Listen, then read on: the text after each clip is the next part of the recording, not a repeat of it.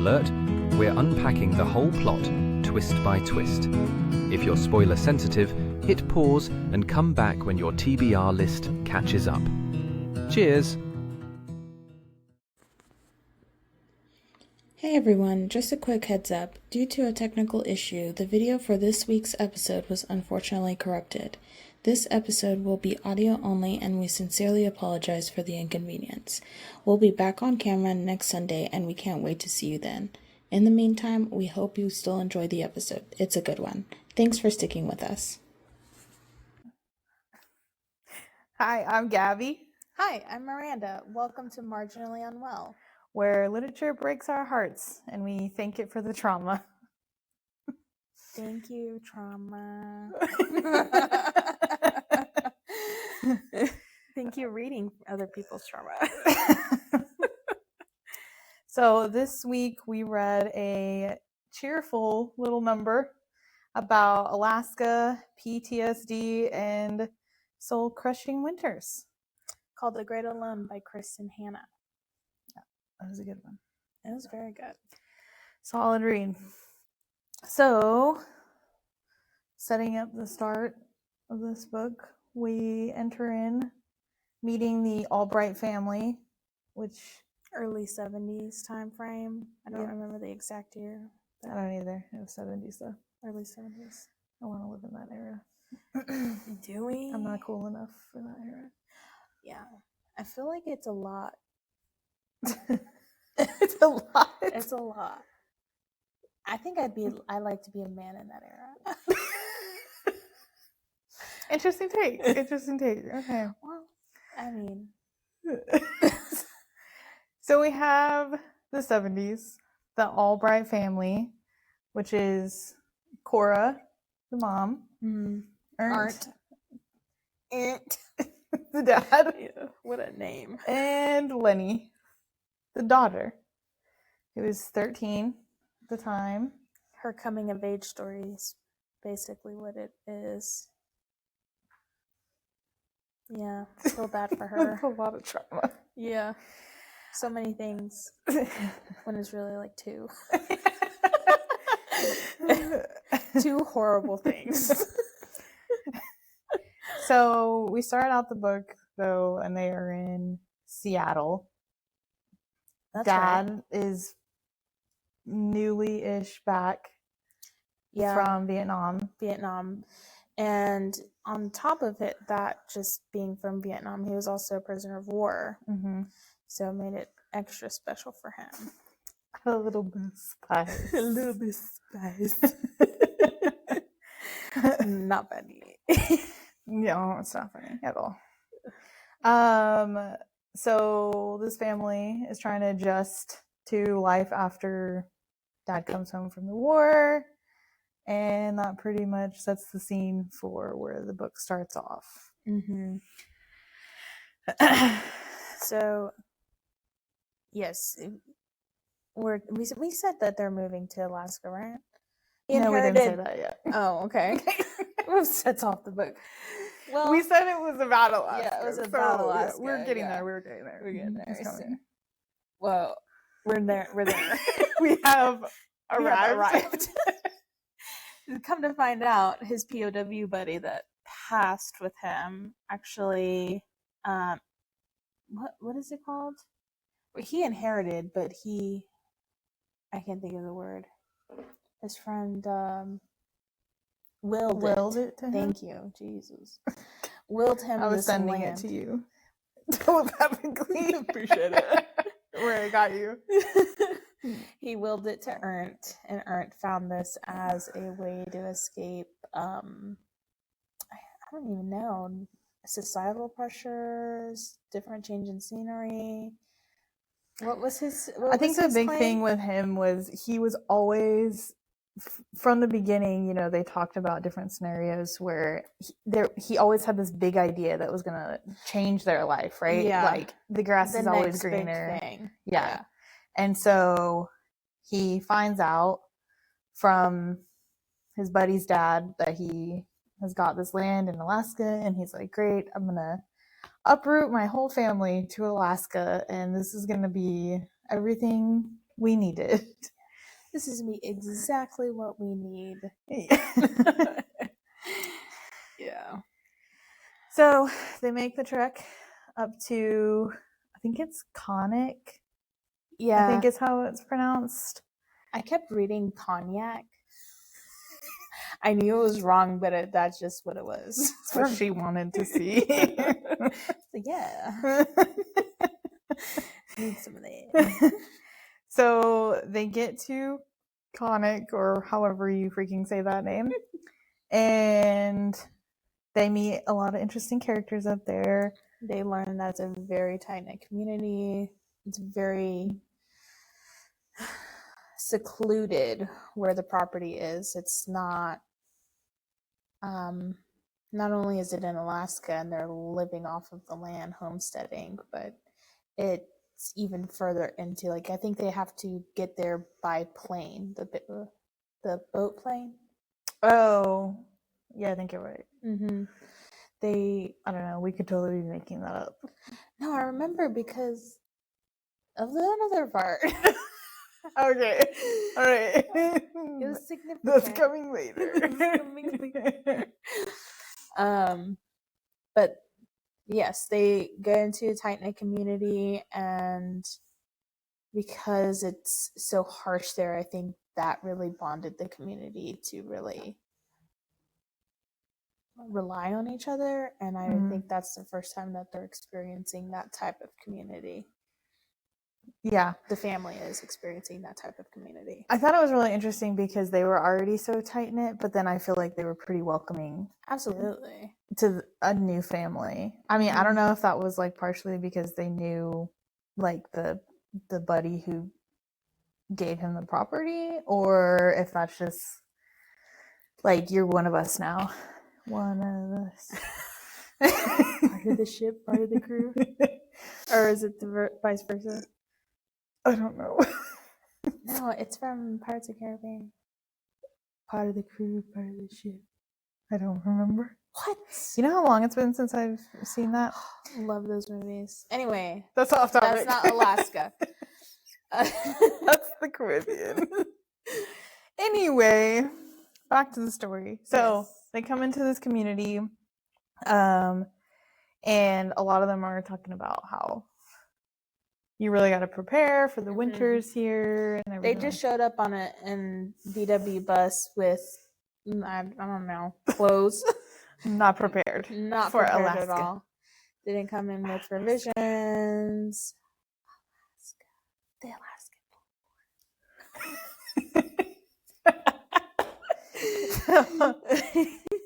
So it was really great. Yes, that this community really needed stepped in, right? However, yes, which I thought was very nice of them, because they did not have to do that. Sure. They could have been like, these Southerners are going to learn the northern winter very, harshly and abruptly. But they really welcomed them and became a lending community. But I think like Ernst really took that as insulting. Yeah. He was not about it. He's like, oh, you don't think I can take care of my family? And they're like, little do you know, it gets rough out here. Yeah. They were genuinely trying to help, because they're obviously viewing this new family as completely unprepared for what they've been living through. Yeah. But he is just has this perspective, I think, that he should be the sole provider. And he should know. Well, and probably a little bit like, people aren't just nice for no reason. I feel like he always thinks like they have a paranoia, a secret agenda. Yeah, for sure. Well, that's been his experience, I'm sure. Yeah. So, and with that, obviously he's struggling with those emotions, and that's kind of where the story starts to take form. Yeah, there are some signs. There's some signs. Foreshadowing. He starts becoming more and more paranoid, more controlling, and the further they get closer to wintertime, and the harsh realities of the environment around them. Mm-hmm. Some of those emotions that are not controlled start to come out pretty quickly. Something that really stuck with me in the book is that there was a couple times where the community talks about how the environment pulls the worst out of people because of like the long winters and the darkness in them. And so I think it's going to be a really, like, it becomes, it foreshadows almost what is like the darkness coming. And he's already on edge about everything. Yeah, he's already paranoid. He's already struggling to control his temper or taking offense to things that are not meant that way. All the things, for sure. And I think throws some red flags for sure. They're raining down. That's a I'm weird picturing thing to think that guy who like runs with the with the red flag. Field. Yeah. Red flag. Red flag. I just lost my train of thought. He's the darkness. I mean, it really is. I mean, you think about people who are in any type of isolation, which is ultimately what they're going into, right? It's dark all the time. Yeah. It's not like you can walk outside your door and just like walk down the street to the corner store or whatever. Yeah, it's the like weather's so bad. You're pretty much stuck where you are, and it's dark. And so I can imagine that. And I think they arrived in like summertime going into fall. They didn't get there during the winter. They were it was before, because I want to say I think you're probably right, like summer into fall, because they didn't have like the whole year to prep like the others did, and so I feel like they were like, you need to do what you can, because it's gonna be coming. But it was definitely before it got crazy. During all that time, they're prepping for all this, and we start seeing some more red flag behavior from Ernst, some abusive patterns, controlling patterns towards really only Cora, the wife. Yeah. She, I don't know. It's hard to see or understand at that time, because there are some parts of the book where she almost provokes it out of him. For attention, or I didn't really understand that part. But I don't know if it said this, or this is just what I was like reading into, or maybe Lenny like said this is what she thought, was that it was like, if she, for instance, there was a party that happened with Tom Walker, which is one of the pillars of the community. So they went to his house. Ernst already has the issue with this guy because he has money, so he's got a chip on his shoulder about him. And then Cora intentionally flirts with him to get a rise out of Ernst. And from wherever I pulled this information from, my own head or Lenny, them saying, that it was probably because it was like her way of knowing that he loved her in a really toxic way, obviously, because that was Lenny. Okay, she did say that. Okay, I was like, I don't know if she actually said that or if it was just like Cora was getting dressed, and Cora was getting dressed, and Lenny was starting to see the patterns in like her father's behavior. And then before they even went to the party, she's like, "You're dressed really nice. Are you sure you want to wear that?" or something along those lines. Because she knew it was going to provoke him. Correct. Yeah. And it was like, whenever she would flirt and then he like comes unhinged, then she feels like, oh, he loves me. Validated. Because he's like, he's jealous. And obviously that is not it. But that's how she felt. So yeah, possession and controlling. Yeah. Yeah. So from there, yeah, things are escalating. We get to the party. Mm-hmm. That happens. Ernst blows up. Yeah. Also at the party, I feel like is where his meaning Ernst's relationship with another fellow in the community, Mad Earl, kind of starts to develop, right? I thought that he met Mad Earl whenever, not like I think when he first met him earlier, but at that party, I think was when they were drinking the moonshine. Yeah.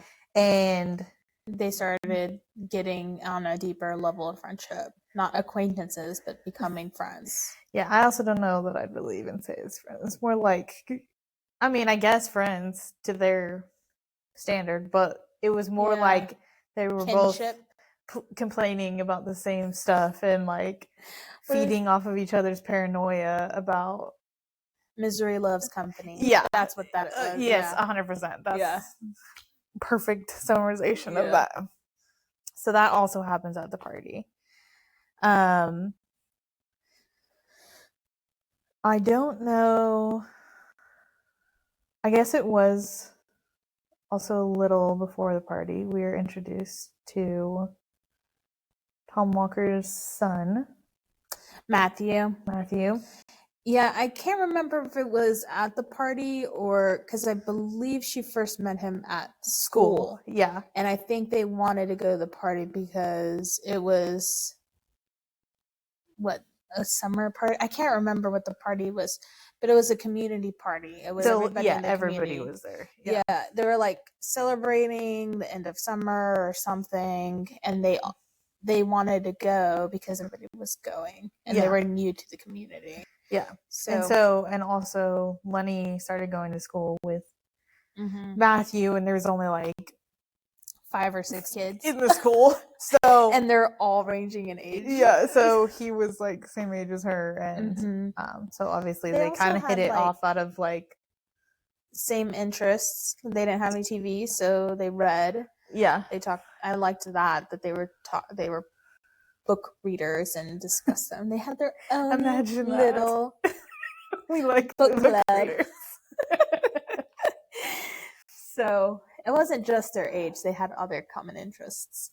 But yeah, and right off the bat, she had the gut feeling that she shouldn't be friends with him because her friendship should be hidden because she knew her father had a chip on his shoulder about Tom Walker. Well, and I think it was her fear of getting close to anybody too, with her starting to realize her dad's behavior, right? Like the abuse and stuff. She's actually starting to see it now. Now that they're in like at this point, I'm not sure if it's because of embarrassment or because of it needing to be a secret and needing to hide it. What do you think? I feel like it's embarrassment. I had the embarrassment feeling because I feel like she doesn't fully understand it yet. She just knows that like this isn't right. Like something's not normal here. And so she doesn't want like other people to see that, because I feel like we see later on Lenny's not really one that has an issue being like cutting it off. You know what I'm saying? Yeah. So I think it's more just like embarrassment because she doesn't fully understand it, and she's brand new. She just met this boy. She's like 13, maybe 14 at this point. Yeah. Yeah, she's young. She doesn't want to taint it yet. She's like, let me hide my traumas for a little bit. All the baggage. Yeah, exactly, the baggage. All my Louis Vuittons. Okay.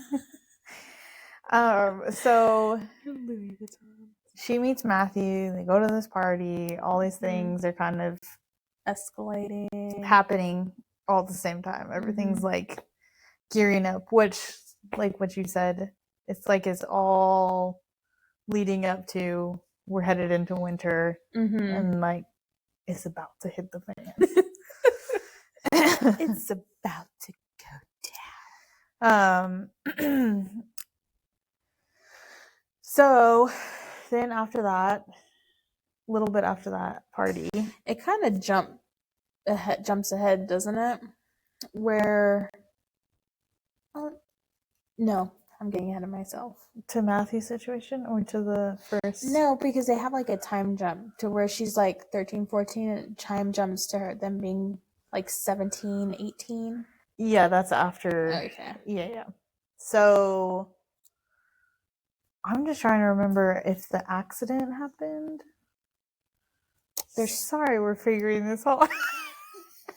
We're working this out. Yeah, we're trying to remember chronological order here.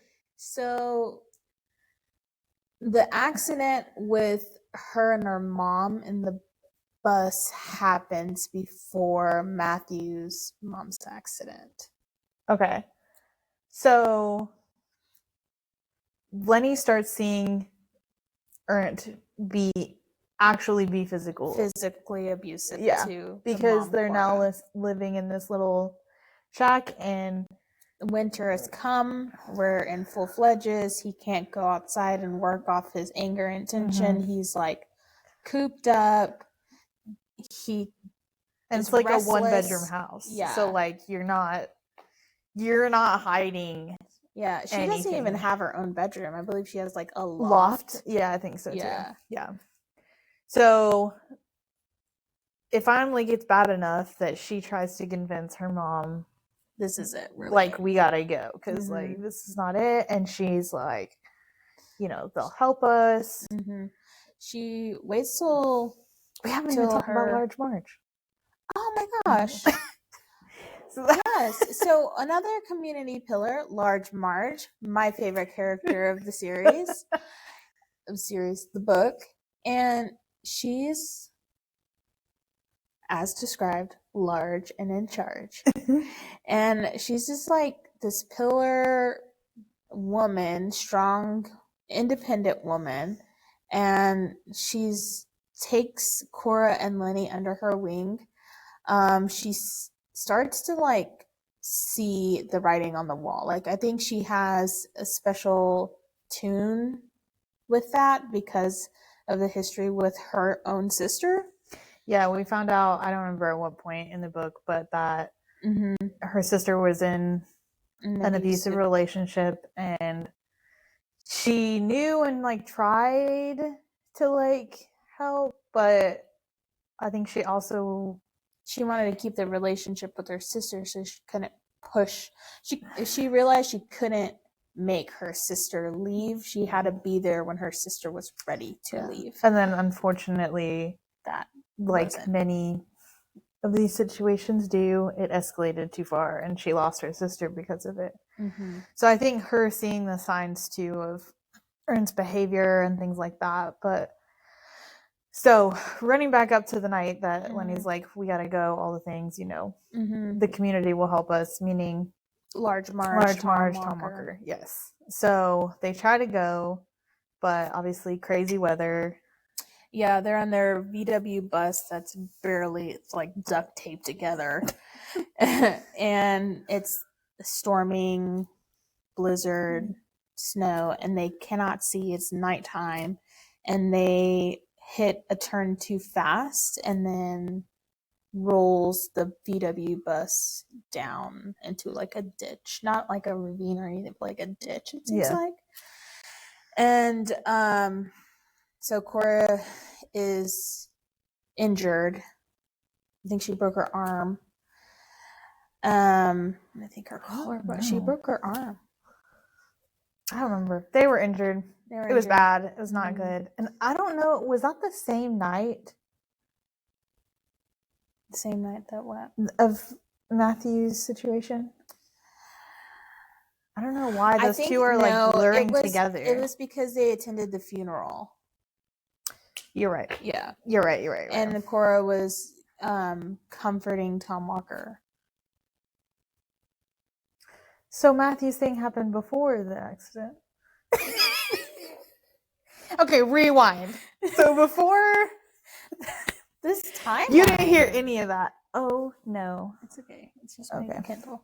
I don't know why I thought it was something else. It sounded bad. Yeah. Anyways, so you didn't hear any of that. We weren't talking about that yet. I love that we keep backing up. Because we get ahead of ourselves too easily. Yeah, we do. So at some point, well, they're like they went out hunting, I thought. So Matthew and his mom, Geneva. Yeah. They were either foraging or hunting. They were in the woods, not scavenging, but like, was it the woods? Yeah, because that's how she fell into the lake. Yeah, I know, but I didn't. Okay. All right, so they're out in the wilderness doing something. Yeah. We cannot remember. I thought they were hunting. You could totally be right. She fell through the ice in the lake, and unfortunately Matthew, being at that age, like 13, 14, witnessed his mother drowning, and he couldn't save her through the ice. He couldn't break the ice to get her out, and she had already gone. The ice was too thick, and she couldn't get back to the hole that she fell in.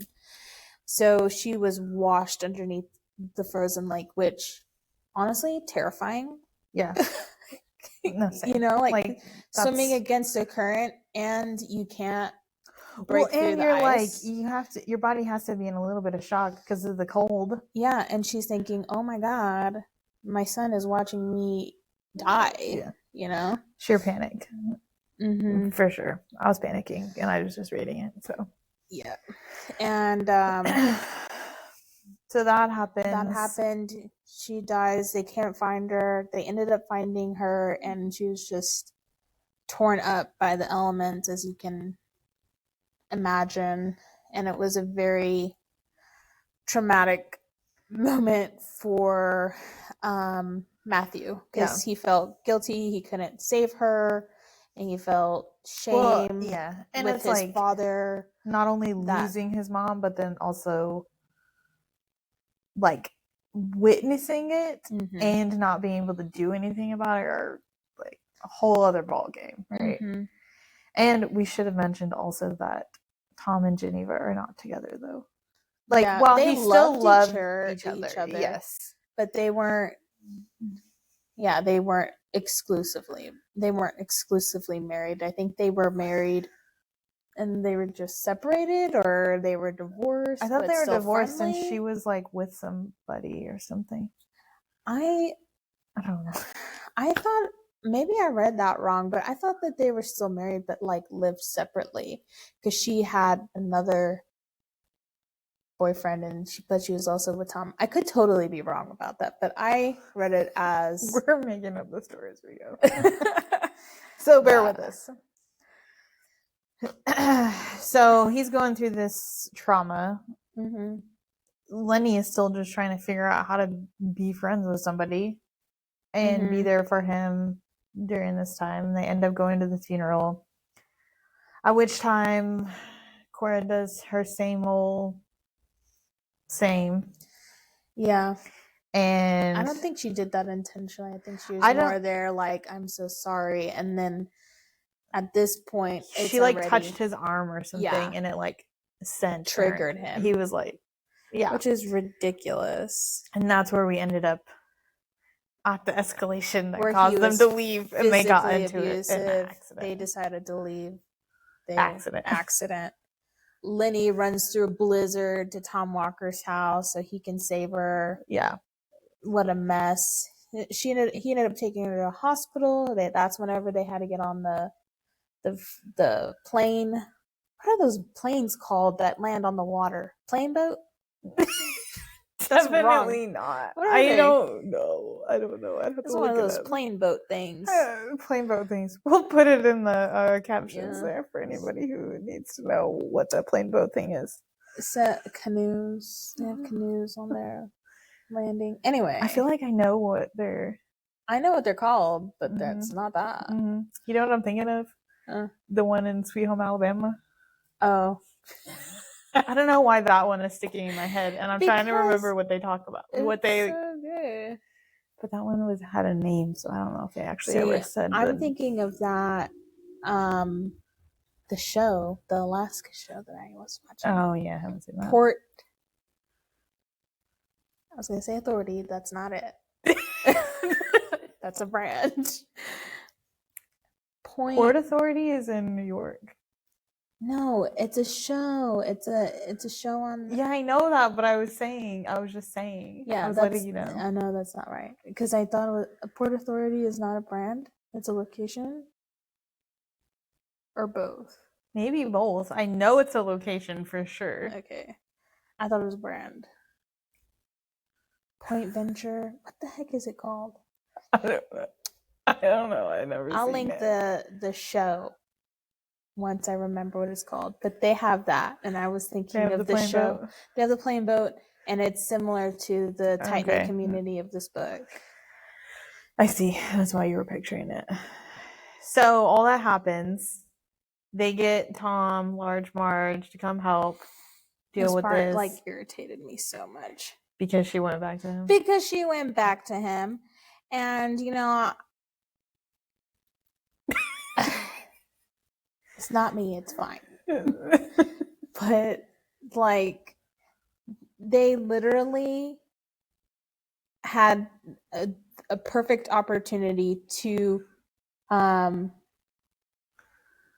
leave and depart from him, and then they had a reason to press charges. They could leave. They had the community being backing them, and she decided to take him back because he was remorseful, and he's like, "What happened? Yeah, I'm so sorry. So sorry. All the things, yeah." And the good part of that came out was Large Marge and Tom, while they couldn't do anything and they were frustrated at the situation, they did at least try to intervene somewhat. Mm-hmm. And I don't remember which one of them it was, but earned a job. That was both of them. But Large Marge set it down. And gave him the rules. Essentially, during the wintertime, he was going to go, I think it was further north. I don't remember. It was a little ways away from them. Yeah, I thought it was what was it? Something to do with oil? That's what I thought too, yeah. Yeah. It was a long distance, physical labor job. Where he would go away, essentially, during wintertime. Yeah. Because obviously his mental state could not handle. Mm-hmm. And because they were saying, he was a lot better before winter came, so he would go away to be able to provide for his family, not be here in this dark place. Come back during the summer where he can be doing better, hopefully. Yeah. The sun is out. So it's not harsh. Yeah. So that's happening. During that time, Matthew, because he's struggling so bad, he goes and lives with his sister. I thought it was his aunt, because his sister, I think he lives with his sister. Or maybe the sister lives with the aunt too. Mm-hmm. The sister went to school, to college or something. So he goes there to live with family to, I don't know, some major city. Yeah. Wherever she's going to school. It was his first experience in a town, city, environment where they have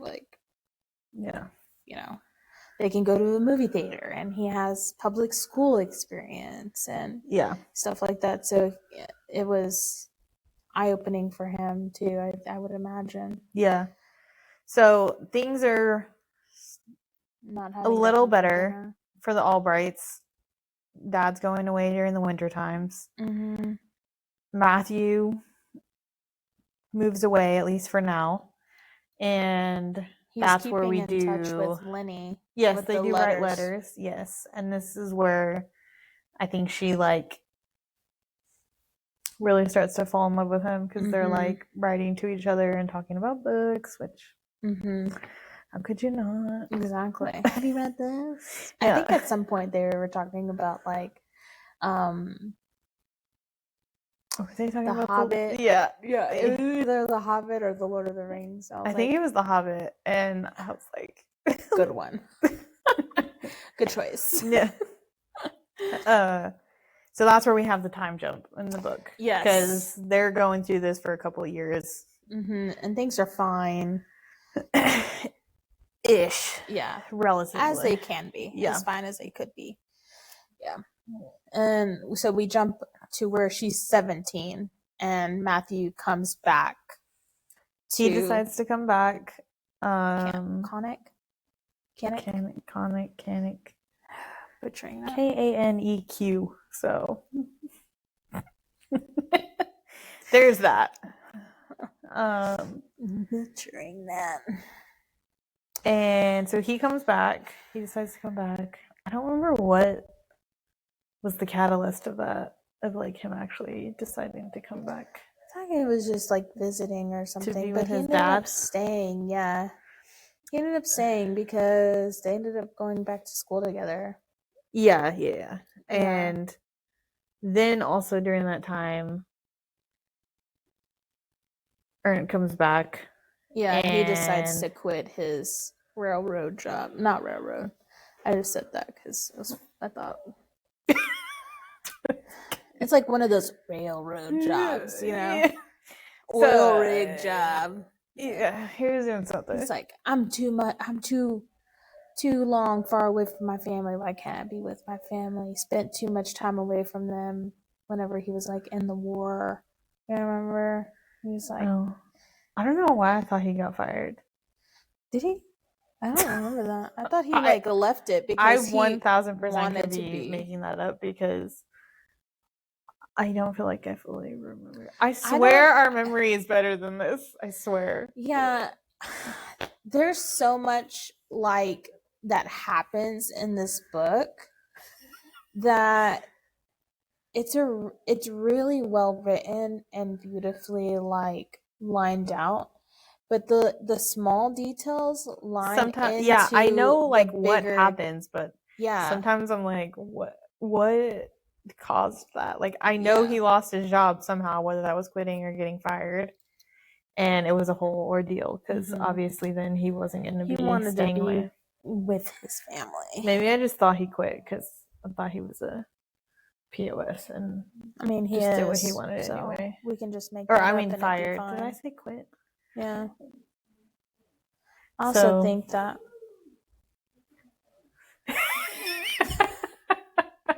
Woohoo! I don't think they heard that. Probably not. Just you saying woo. Oh, it was Alexa. She was talking to us. But yeah, he ended up he's no longer at the job.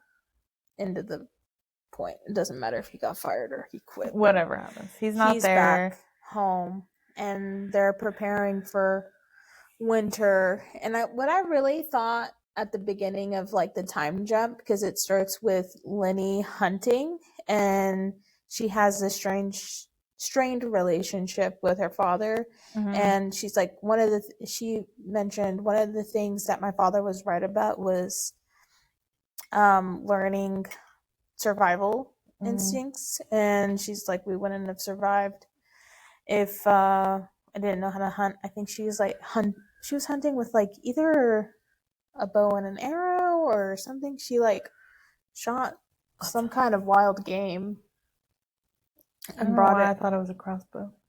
See, I thought it was. I don't know. It could have not been a bow at all. I don't know. I thought it was Maybe that's just what I'm picturing as a survivalist out there in the wilderness. You know, it's really bad whenever you read with ADHD, because like I was honestly, when she was talking about this, I was like, Katniss. Because I thought it was a bow, but then they also mentioned guns a lot in the so I don't, that's why I'm like, I don't know if I could be blending things. Sure. I could just be thinking that I would picture somebody using a bow, and that's not actually what happened. In the forest. Yeah, for sure. But yeah, I thought that was really, like, she was able to get positive things from her father. Well, not sure, just yeah. negative. I mean, I like that she touched on that. Yeah. Because it shows a complexity of the character. Yeah, I would agree with that. So during this time, they're now getting ready for winter. I feel like I'm saying so a lot. Fix that. I'm trying, but it's hard. We'll have a so counter. There's a lot of things that I'm becoming painfully aware of that I feel like I'm doing frequently. But listen, that's how we get better. So we're just gonna move right on past that. And during this time, she starts getting really close with Matthew because he's back. They're going back to school together, and they fall in love.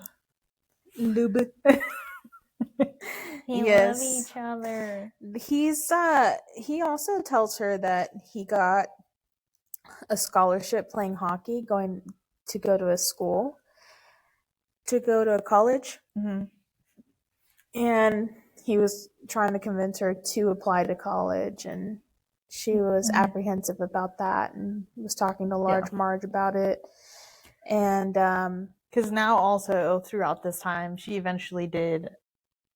Well, I don't know if she actually told him, but everybody knows now her situation. So he knows like what kind of. He can only hide so much for so long, and so he knows the kind of home life she's living, and he obviously sees how smart she is and how much more she can do, all the things, and so he's trying to encourage her to go to school. And then she tells or finds out Large Marge, and then they end up telling. She tells Large Marge because she has the letter sent to Large Marge's the store where she's working part-time, and she didn't want it sent home because she didn't want her father to find out about it. She was gonna be like leaving. So Large Marge encourages her and tells her, I already spoke to Tom Walker. He and I both are going to help you.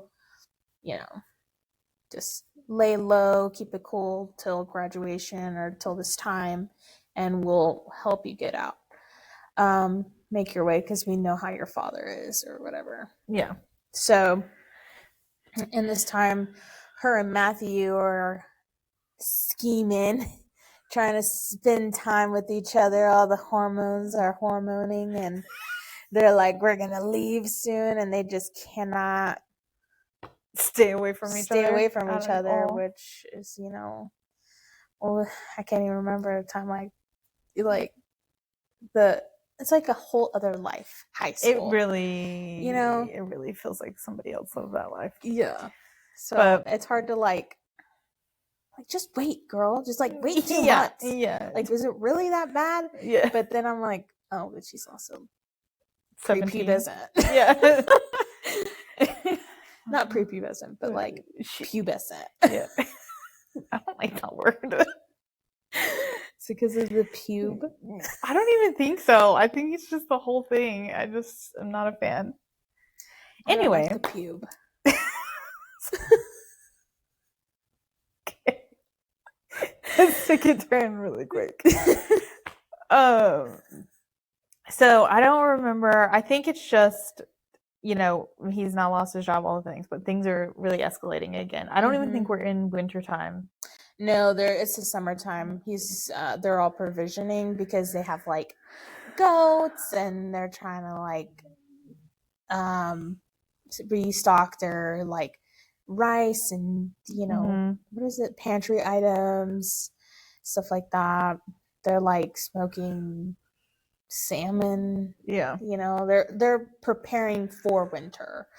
And in this time where Matthew and Lenny are scheming to try and spend time together in a very tight-knit community where her father is very controlling, Tom Walker is also making strides in the community, bringing electricity, trying to make it a touristic point, and this really rubs Ernst the wrong way. It was he felt that Tom stood for everything opposite of what he stood for, and that they're gonna take his land and all these people here. California, my Alaska. Exactly. And so he's crazy. He tries vandalizes the bar at one point. Because they're upgrading the bar. And he's losing his mind about everything. things are escalating at home. And then I don't remember what the final catalyst was when they were going into town. So part of that is because Tom Walker making those changes and trying to put Connick on a tourist map. And then this escalates Ernst to go. What is Ernst? Misery. He loves company, so he goes to Mad Earl. Ernst and Mad Ernst.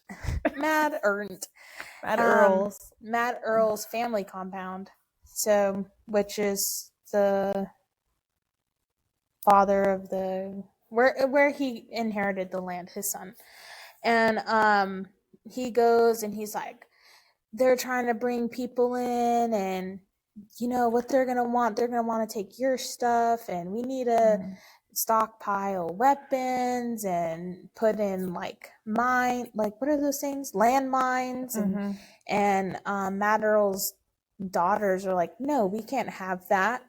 We have kids. Like, they like to play. We can't tell them not to go over there, because what are they going to want to do? Go there. And we can't have our kids blowing up in our front yard. Like, that's crazy. Yeah. Essentially, he drives too far into Crazy Town. Yeah. And they're like, not for us. Yeah. So Mad Earl kind of starts saying, oh, we can't do that. She's right. Yeah. And so how Ernst takes it is unappreciative, like, I'm on my own. They're now against me. Yeah. If you're not with me, you're against me, type of thing. And they're going with Tom Walker because Tom Walker's paying, like, for jobs. And so he feels like everybody's going to Tom Walker's side of things. So then he pulls his family in closer, which he decides to build a wall. Surprise, surprise. And close him and his family off out of this community that originally took them in. Yeah. And isolate them even further. Correct. And so because they're isolated and they only have their own resources, they don't have as much as they have had in previous winters. I would like trade, you know, they only have limited stocks. So while he's building I think of it as like log cabin style, because he's like shaving those tree trunks, like building a wall. I feel like I was kind of picturing it the same way. And so Lenny gets accepted. They're trying to find a way how to get into town to get they're seeing them, meaning Cora and Lenny, are starting to see, if he finishes this, we're just gonna be here stuck, no help, nothing. And so they go into town one day, and they go into town to go to Large Marge's to pick up some type of provisions, and they're like, if we don't make a move now, we're gonna be stuck there, because like a psycho holds the key and a chain around his neck. Like, it's a little so they see it as like their only escape. Like, when are they gonna have like this now chance or never again? Before winter. So she calls to Matthew for help, and Ernst obviously is not happy about it. He's like, why do you need help? I'm your family, blah blah blah. He like yanks the two women back into the truck, hightails it to the house. He like loses his mind on Cora, because who does he take it out on? The mom. Yeah. And Matthew, seeing that Lenny was in need, he followed them and helped Lenny pull Ernst off of Cora because he was physically attacking her. He knocks Ernst out, and they the two women get in the truck with Matthew, and then they race into town. And then Cora goes with Large Marge. Mm-hmm. She takes her in. And I don't remember why, but they decide to like stay separated for 24 hours, which I thought was really strange. I think in the book they said it was because they didn't want them to be together, because if they got to Cora, at least Lenny would be safe or something. I don't remember, but they decided to stay separated for 24 hours. So Cora went with Large Marge, and Matthew took Lenny up the mountain to like his favorite hiding spot or camping spot. Yeah, his solo time, his oasis where he went. Sanctuary. A crazy like storm happens, I think, during that time, and Lenny's like, I don't want to stay anymore. I'm gonna go. Yeah, and so they leave a little bit early because I think that they still stayed overnight. They stayed overnight, but they didn't wait till like it was like morning. It was like barely morning. Yeah, if that. It was like maybe 5 a.m. And then she was like, I want to go back, blah blah blah. So they decided to go back, and it was tragedy strikes again. Tragedy after tragedy. Yeah, Lenny. Because of the storm, the ground was soft, and she didn't have a good foot placement, and she ended up sliding down the trail, and she got stuck, and like something in like a bunker. Or yeah, I don't even know what it was. It was some like kind of structure. Yeah, it seemed. How I pictured it was like a cave, like a vertical cave that like turned, and because she's like, oh, there's no other creatures in here, thinking it was like she didn't like fall into like a bear house or something. Maybe it was a cave. I don't know why I thought it was like a bunker. I don't know where that came from. There's a bunker in the middle of nowhere. I just like to add my own flair to books apparently, and just like to make shit up as I go. So she falls, and I think this triggers Matthew. Yeah, because what happened? He loves her. And he wanted to save her, because like how he couldn't save his mother. Yeah, he didn't. So he attempts to save her, which goes awry. Should know better. Yeah, because I mean he grew up in Alaska, and there was a saying that they always had is like, what was it? If you make a mistake is your last mistake or something. Your first mistake is your last mistake. Remember that? Or kept saying? Yeah, I don't remember. Something along those lines. So instead of like calling or going to get help, he tries to rescue her. And then in doing so, the whole side of the trail washed out, and they both fell even further into the same kind of thing. I don't know. They ended up like in some kind of...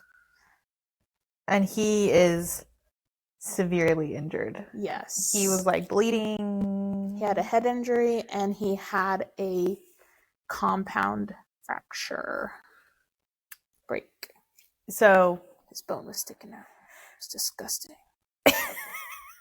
Not that kind of bone. That's not where I was going. I was saying, you were like, it's disgusting. And I'm like, you didn't even see it, is what I was thinking. I was picturing it.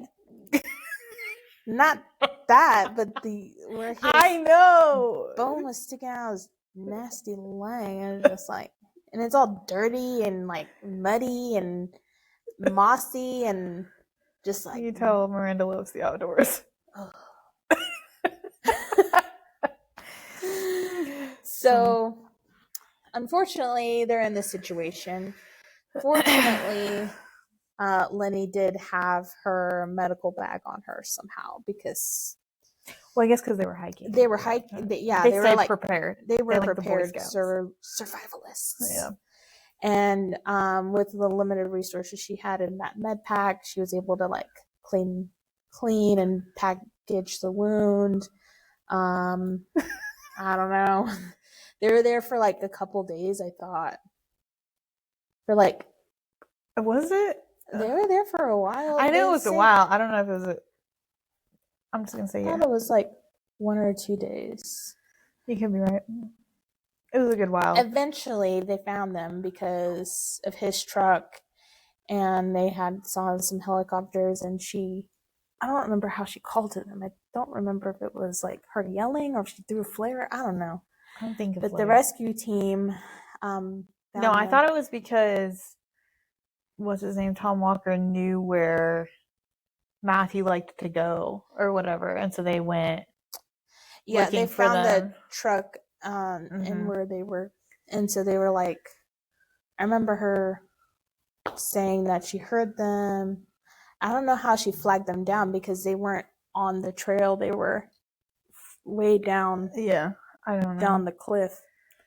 So, but they found them, and I think she just had a concussion, and she seemed overall okay, but Matthew, his leg was really bad. He had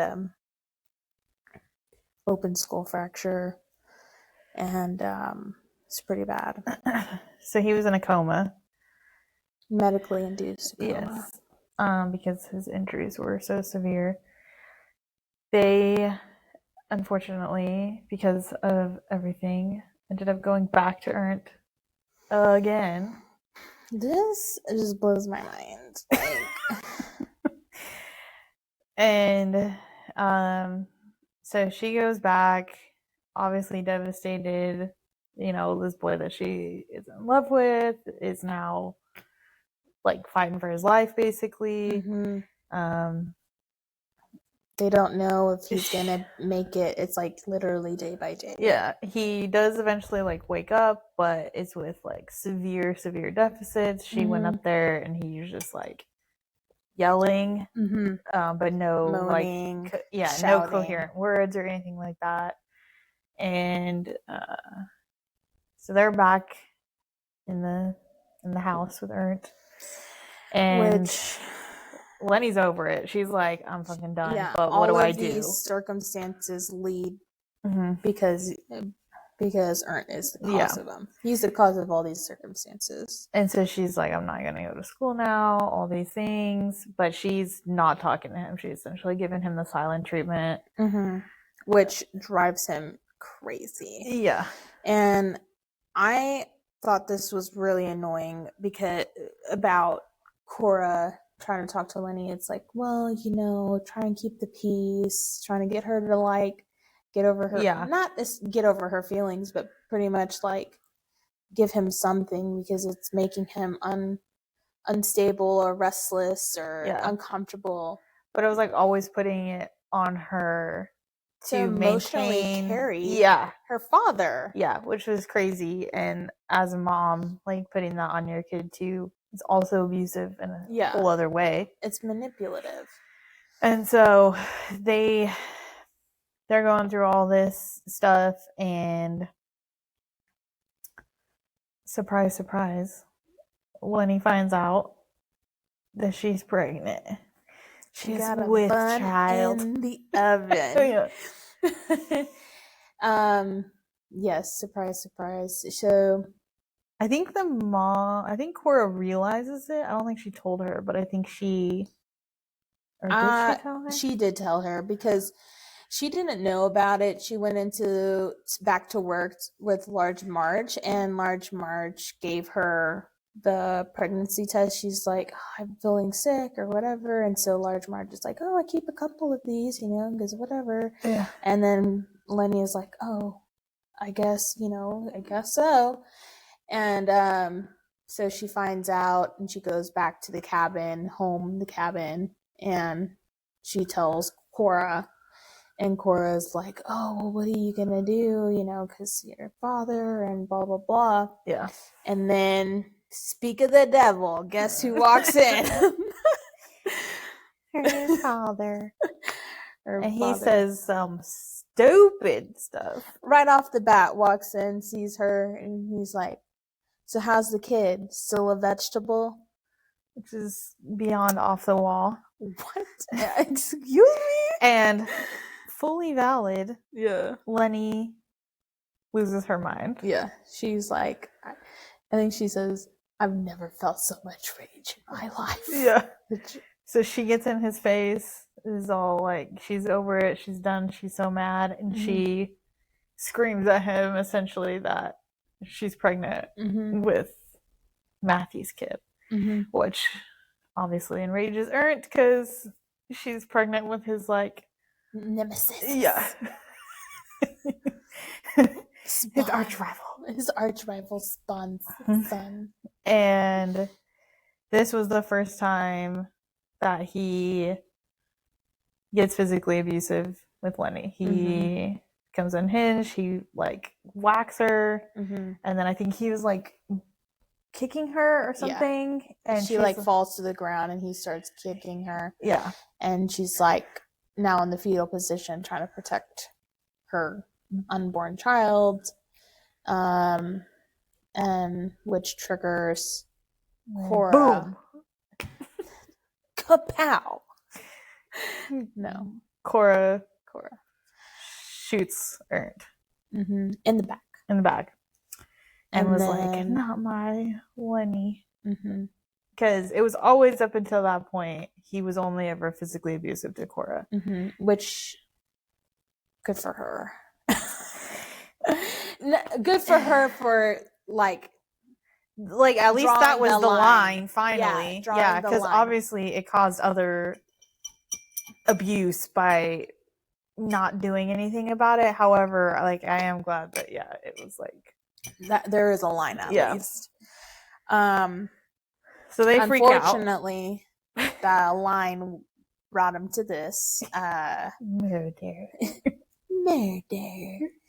So again, they're still in the 70s. Women don't have as much say, validity. She shot him in the back, so they couldn't even use that as a self-defense, because how are you going to self-defend yourself from somebody that's turned away from you? Right. So now they have a decision to make at this point. Cora initially just wants to take the fall for it. And Lenny's like, no. You can't do that because what am I going to do? What am I going to do? Like, I need you. Yeah. Like, how am I going to raise this kid by myself? Like, I don't have my father.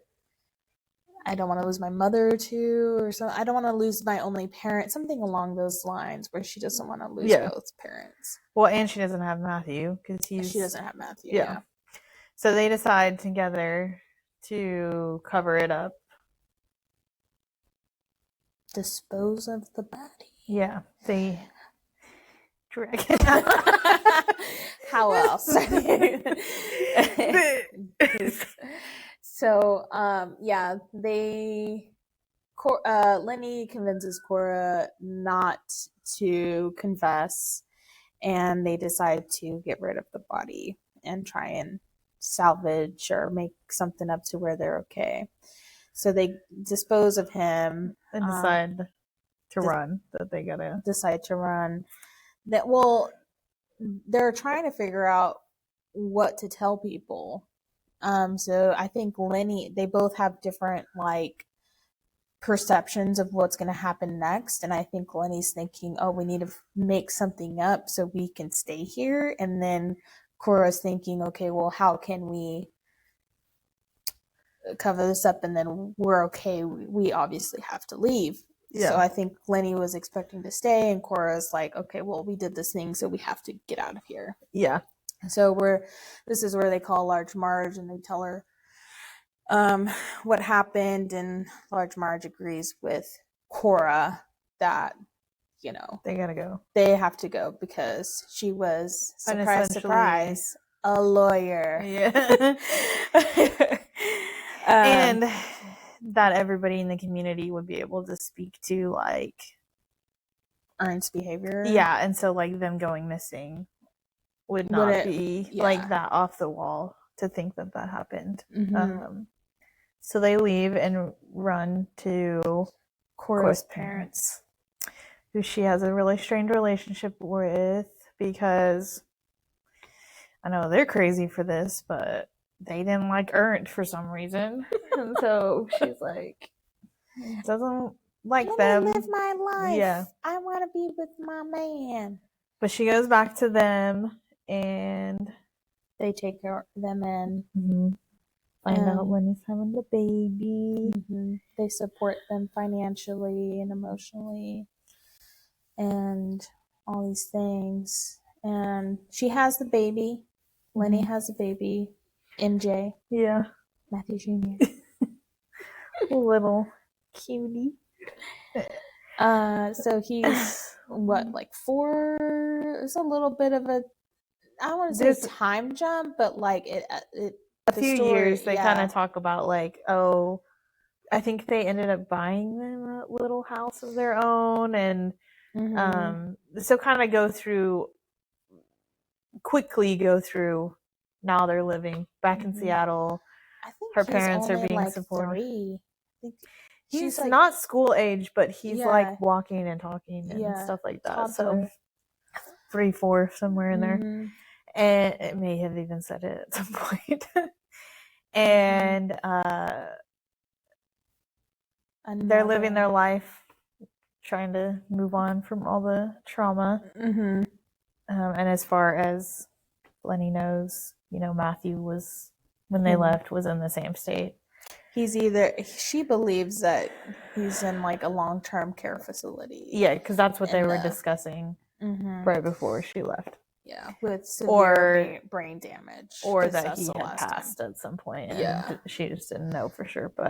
And good for her, because she always had talked to her son about his father and like how he's not all there and how he's sick or he's hurt or something along those lines. Like she prepared him his whole life about the father. Yeah.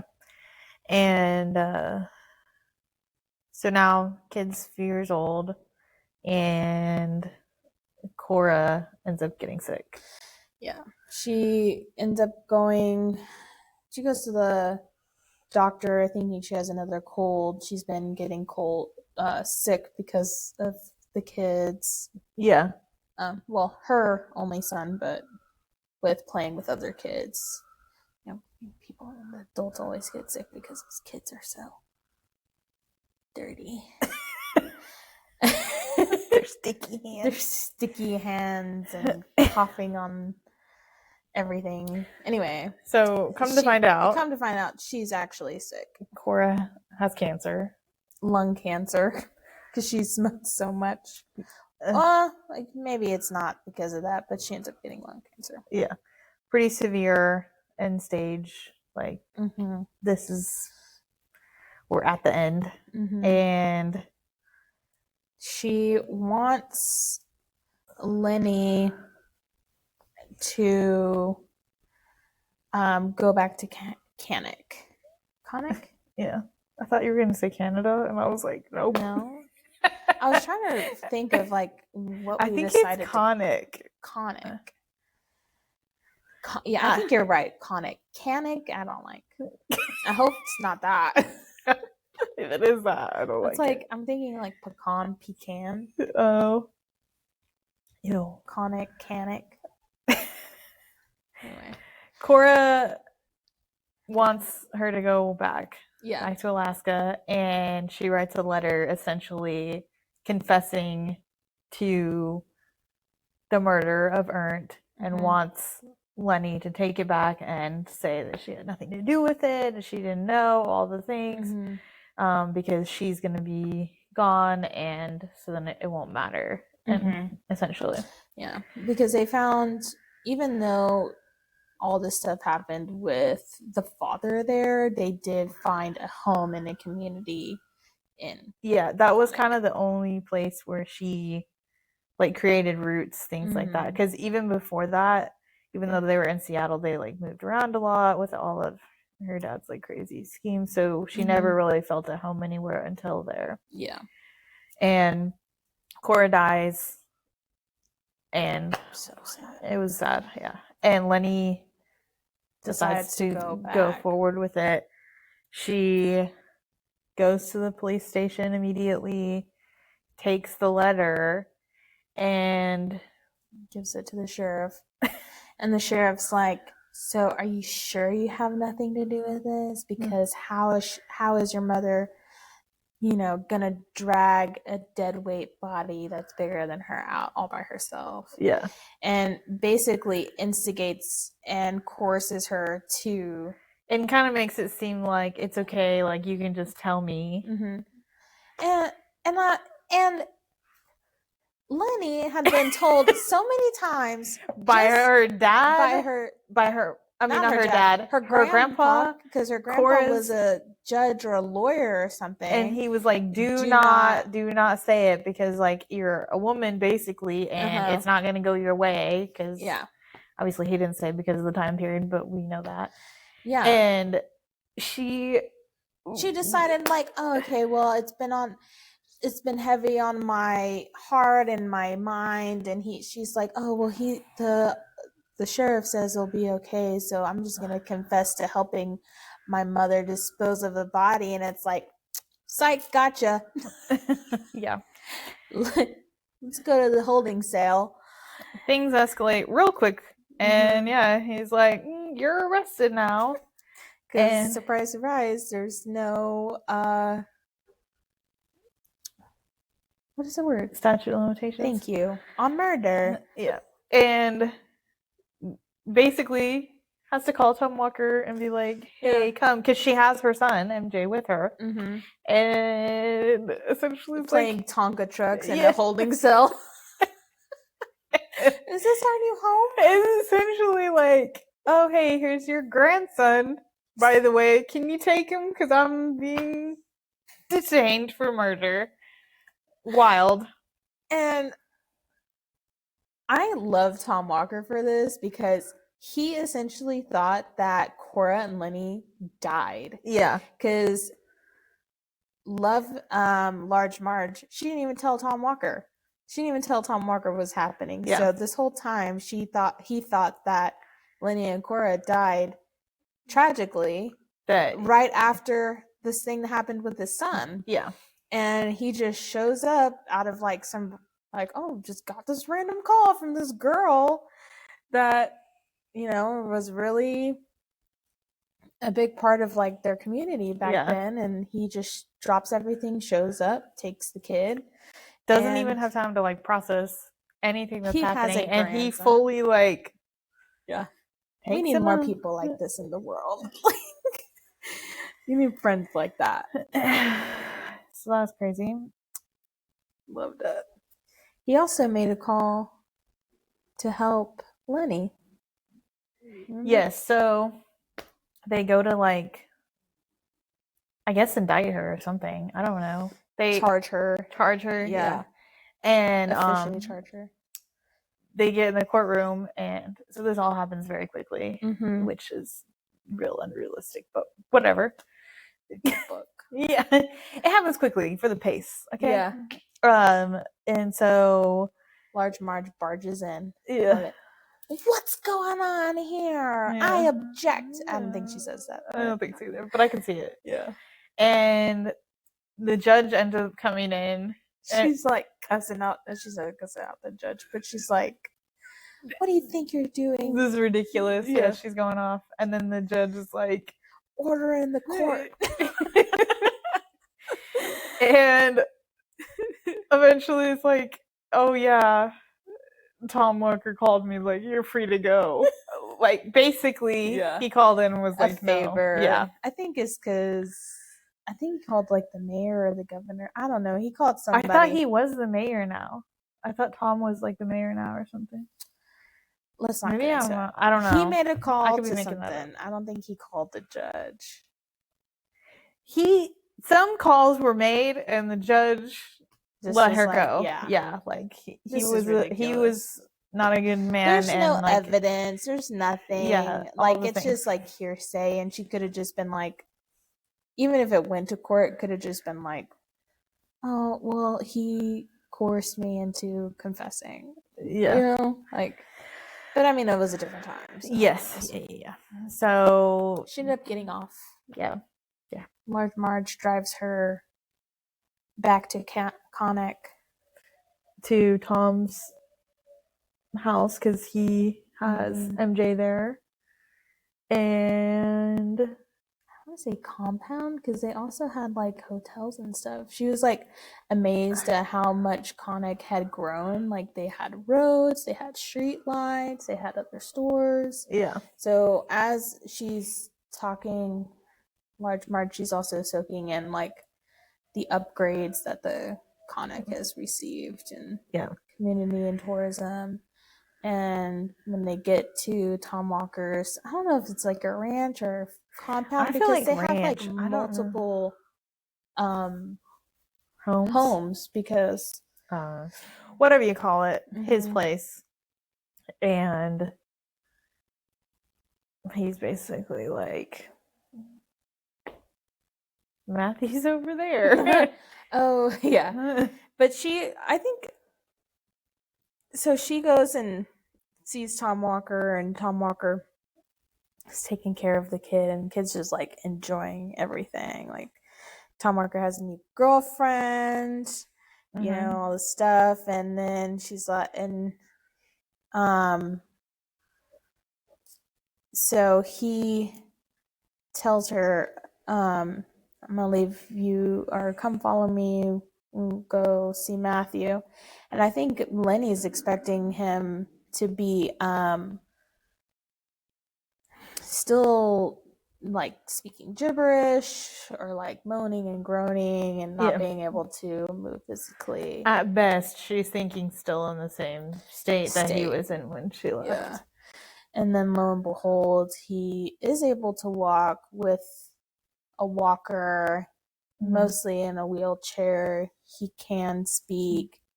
He has speech impediments. Yeah, and deficits still, and he's still having to like essentially relearn how to walk and talk and do things for himself. But he has his own cabin now. And during his, I guess, physical therapy, like getting through all that, I don't know if it was part of the physical therapy or how it ended up, but he started painting and ends up finding out he's actually like really good, evidently. And so he's got like all these paintings everywhere. I think of her, and then like some of the spots that they would go to together. Yeah. And he's thinking, he also thinks that she died. And he had no idea, and he's like, why did you come here just to tell me goodbye? And she's thinking that he doesn't want her because she like kept this big secret from him. And it's like a big miscommunication. But then eventually they end up being on the same page. It's like, I came here to be with you, and he's like, oh, you don't have somebody else, like have somebody else. She came to come home and be with you and all the things. And hey,